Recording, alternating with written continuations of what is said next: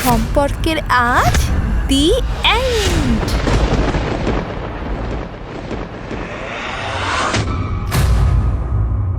মা,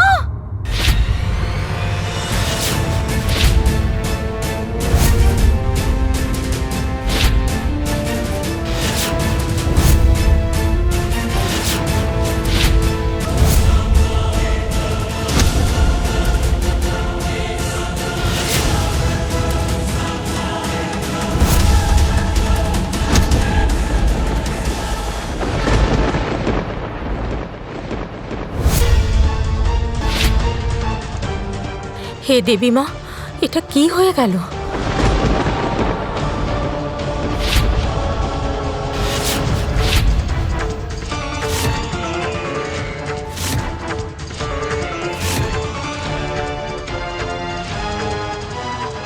চিকি, চিকি, এটা কি করে হলো?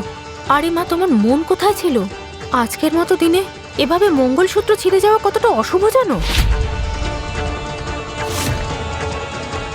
দিদি,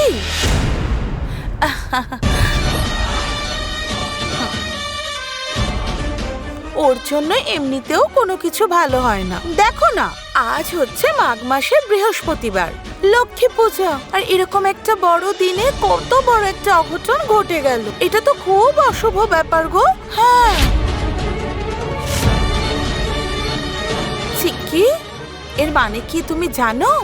সম্পর্কের বাঁধন ছিঁড়ে গেল, রামের সঙ্গে তোর সম্পর্ক ছিঁড়ে গেল।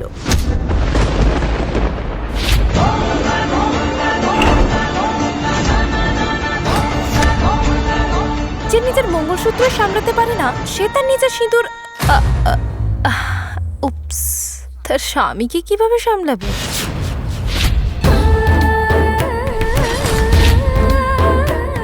সিয়া,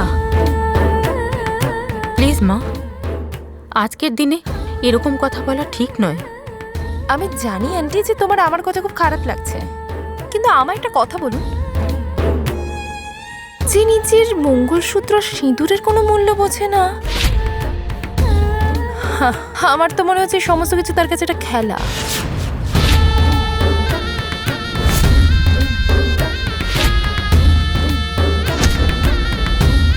আর একটু আগেই তুই এত বড় বড় কথা বললি, এই সিঁদুর আর মঙ্গলসূত্রের ওপর তুই নিজের অধিকার ফলাচ্ছিলিস না?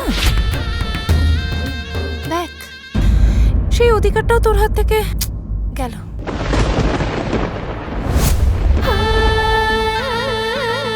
আরে আমি কি বলছি বলতো, আজ তো শুধু মঙ্গলসূত্র ছিঁড়েছে, কে বলবে কাল রামই তোর সাথে না সম্পর্কটা ছিঁড়ে ফেলে সেরকমটা দেয়। কিছুই হবে না।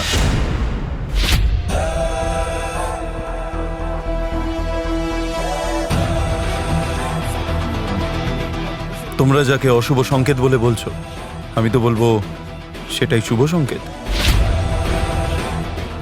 এরমটা করে তুমি আমার থেকে ওকে আলাদা নয়, বরং আরো বেশি কাছে টেনে নিয়ে যাচ্ছ।